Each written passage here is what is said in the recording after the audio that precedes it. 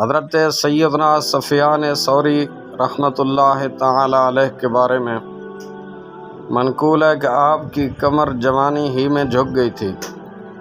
لوگوں نے کئی مرتبہ اس کی وجہ جاننے کی کوشش کی، لیکن آپ نے کوئی جواب نہیں دیا۔ آپ کا ایک شاگرد کافی عرصہ تک کسی موقع کی تلاش میں رہا کہ وہ آپ سے اس کا سبب دریافت کر سکے۔ آخر ایک دن اس نے موقع پا کر آپ سے اس بارے میں پوچھ ہی لیا۔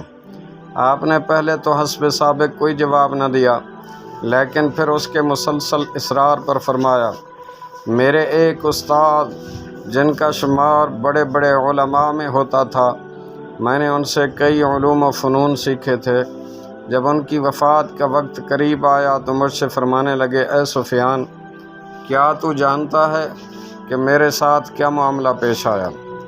میں 50 سال تک مخلوق خدا کو رب تعالیٰ کی اطاعت کرنے اور گناہوں سے بچنے کی تلقین کرتا رہا، لیکن افسوس آج جب میری زندگی کا چراغ گل ہونے کو ہے تو اللہ عز و جل نے مجھے اپنی بارگاہ سے یہ فرما کر نکال دیا ہے کہ تو میری بارگاہ میں آنے کی اہلیت نہیں رکھتا۔ اپنے استاد کی یہ بات سن کر بوجھ عبرت سے میری کمر ٹوٹ گئی، جس کے ٹوٹنے کی آواز وہاں موجود لوگوں نے بھی سنی۔ میں اپنے رب عز و جل کے خوف سے آنسو بہاتا رہا، اور نوبت جہاں تک پہنچی کہ میرے پیشاب میں بھی خون آنے لگا اور میں بیمار ہو گیا۔ جب بیماری شدت اختیار کر گئی تو میں ایک نصرانی حکیم کے پاس گیا۔